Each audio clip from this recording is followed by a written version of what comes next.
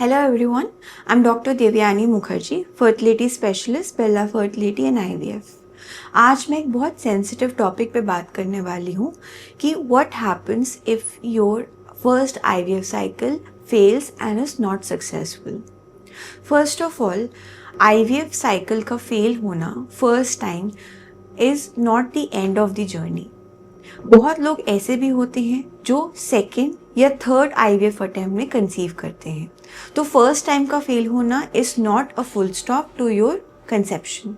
So let's understand कि IVF क्यों fail होता है। First of all, IVF is a very advance treatment, but ये 100% सक्सेसफुल नहीं होता है। कभी कभी IVF अनसक्सेसफुल भी होता है और इसके कारण होते हैं एग या स्पर्म क्वालिटी इश्यूज, या फिर एम्ब्रो की क्वालिटी इश्यूज, या फिर यूट्रस का एंडोमेट्रियम इम्प्लांटेशन के लिए ठीक ना हो। कभी कभी जेनेटिक रीजंस भी होते हैं जो डिटेक्ट नहीं हो पाते फर्स्ट टाइम में। IVF फेल होने के बाद सबसे इम्पॉर्टेंट स्टेप होता है एक डिटेल एनालिसिस करना, ये IVF क्यों फेल हुआ है। इसमें हम स्टेप बाय स्टेप देखते हैं कि पिछले साइकिल में क्या क्या रिस्पॉन्स था, कि आपका ओवेरियन रिस्पॉन्स कैसा था, एग्स कितने रिट्रीव हुए थे, उनका फर्टिलाइजेशन रेट क्या था, एम्ब्रोस कैसे डेवलप हुए थे, स्पर्म कैसा था, एंड यूट्रस कैसा था, यूट्रस में कोई इशू तो नहीं था, यूट्रस को क्या री इवैल्यूएट करना है, क्या कोई जेनेटिक चीज़ें हैं जो हमें दोबारा इवैल्यूएट करनी चाहिए, टेस्ट करनी चाहिए। एक और चीज़ हम देखते हैं कि जो हम एम्ब्रो ट्रांसफ़र करते हैं क्या उसका टाइमिंग सही रहता है, क्या एंडोमेट्रियम की थिकनेस ठीक रहती है, ये सब हम रीअसेस करते हैं। हर फेड साइकिल में हमको एक वैल्यूएबल इंफॉर्मेशन मिलती है नेक्स्ट साइकिल के लिए कि हमें क्या डिफरेंटली करना चाहिए और हम नेक्स्ट साइकिल में क्या अलग से कर सकते हैं, क्या ऐड कर सकते हैं ताकि नेक्स्ट टाइम सक्सेसफुल रहे। सो नेक्स्ट साइकिल जब हम करते हैं तो बहुत चीज़ें हम मॉडिफाई करते हैं।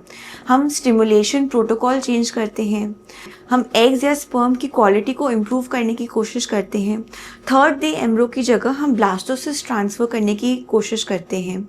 अगर एंडोमेट्रियम में इम्प्रूवमेंट्स कर सकते हैं तो उसका हम कोशिश करते हैं।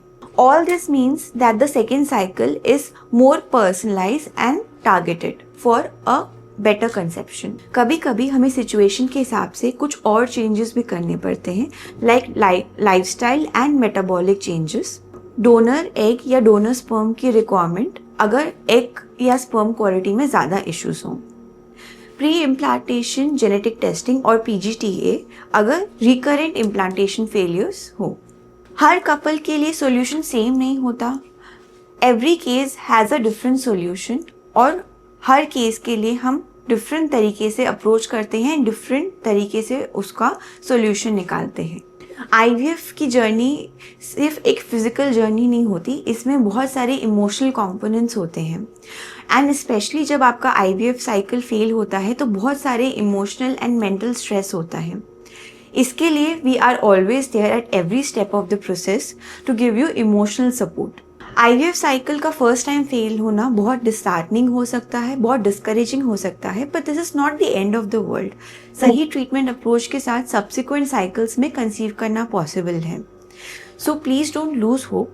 फर्टिलिटी जर्नी एक पूरा प्रोसेस है और इस पूरे प्रोसेस में हर एक स्टेप पे हम आपके साथ हैं। अगर आप ऐसे ही मेंटल एंड इमोशनल स्ट्रेस के साथ गुजर रहे हैं because of failed IVF cycles, then please do visit and get a solution for a subsequent successful treatment.